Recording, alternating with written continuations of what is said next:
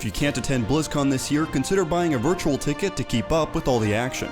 A portion of all ticket sales goes towards helping us be able to make more great videos, and you get some pretty cool in-game goodies as well. To help support our channel, check out our affiliate link in the description below. Hey guys, it's Adam with Akshon Esports. I'm here at the OWL Grand Finals Fan Fest event with the owner and CEO of the San Francisco Shock. Would you mind introducing yourself to the fans? I'm Andy Miller. I'm owner and CEO of the Shock. I'm super excited to be here today on our big day. All right, excellent. So, it seems like we've had a huge turnout for the Shock. Yeah. A lot of Shock fans in the crowd. Can you tell me what the experience has been like kind of mingling with your fans at the Grand Finals event? Yeah, this is amazing. So, I don't know if you guys got a lot of, a full screen picture here, but doors don't open for 3-4 hours, or at least the match is in 3-4 hours from now. There's probably 10-12,000 people out here working through all the different activations from all the Overwatch League sponsors, and there's a ton of Shock fans. A ton. Like, honestly, a little surprised how many. Blown away. So I think we're going to have a good little home field advantage, even though we're in Philly. Yeah, excellent. Which we need, because Titan's a very good team. They definitely are. I think this is the finals that everybody wanted, right? All year, you two have been kind of going back and forth as the top teams. I mean, what gives you the confidence, the surety that San Francisco is going to come out on top today? I'm not 100% sure, but I do feel we're the better team. We've been a more consistent team. Obviously, we made it to every stage final.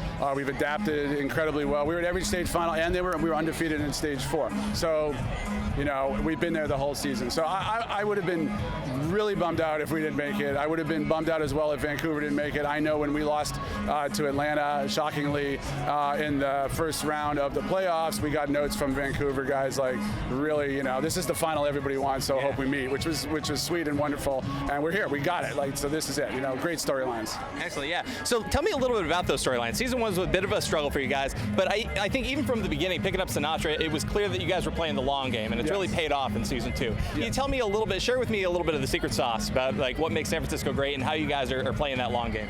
Well, it was. So the first season, we knew we weren't going to be good. When we got Sinatra, which was not a given, it was hard to get him, then we said, okay, we have a kid who's not going to play until halfway through. And then we said, let's take a risk on Super, who also wasn't going to play until halfway through, and then we'll just learn. So we filled it in with the best players we could, and we learned. Like, a lot of teams were going for it or putting together very popular teams or whatever in the first year, and it was a big risk from a business standpoint, but we learned, and we got better, and we added people. We added Moth, we added a whole new coaching staff, we had Krusty, and then things started coming together with Violet and Choi and Stryker, and so you go down the list, and Rascal, here we are today.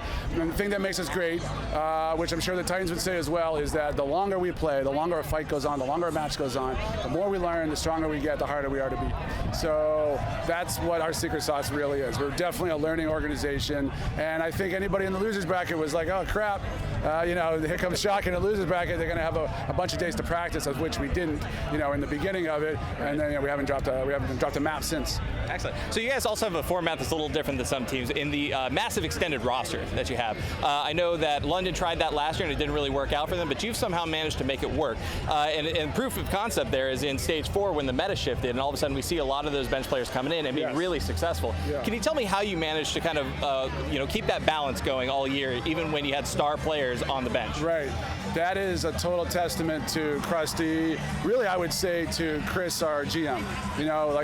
This is a team that really loves each other. We have a lot of teams in Energy.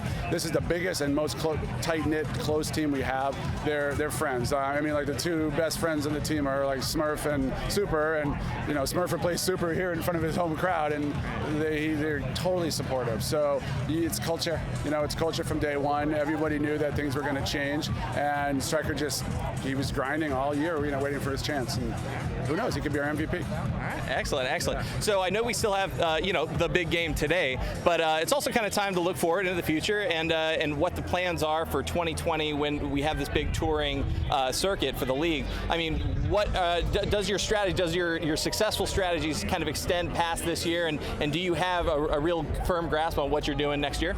Well, our roster is going to be pretty much the same. Everybody's pretty much re-signed, so we'll have a vast majority of the team back. And then it's about our 2020 shock matches. We have 2 home matches in San Francisco and in San Jose. Selling tickets now. Vancouver's selling tickets. In fact, they're at both of our home matches and we're at theirs. So there's going to be a lot of shock Vancouver going on and traveling around together. So hopefully we've created a real rivalry that wherever we are, people are going to want to come see. If Vancouver's in Philly, hope people want to come out and see Vancouver. If we're in London, hopefully people want to come out and root for the Shock. Can't wait. Excellent. Well, also next year we get our first chance to see you guys play in your hometown. So if you can share anything, what are the plans right now to make that fan experience, being able to mingle with your fans in their hometown, as special as possible? Well, we want to do a lot of this. This is really awesome. Well, we have two matches. We have a very big territory. We're all of Northern California, so we cover Sacramento, San Francisco, Oakland, where we've been based, in San Jose. So we wanted to do something in sort of the North Bay and the South Bay. Yeah. So we have first home match in end of March in the Cow Palace, which is in South San Francisco, old famous barn that everybody from the Beatles to Kennedy, the Warriors have been at, and that's a big arena. Hopefully we'll be giving out championship rings there, we'll see. And we have a whole fair festival atmosphere, like carnival rides and cosplay and artist alley and stuff like that. Second one is in June in San Jose.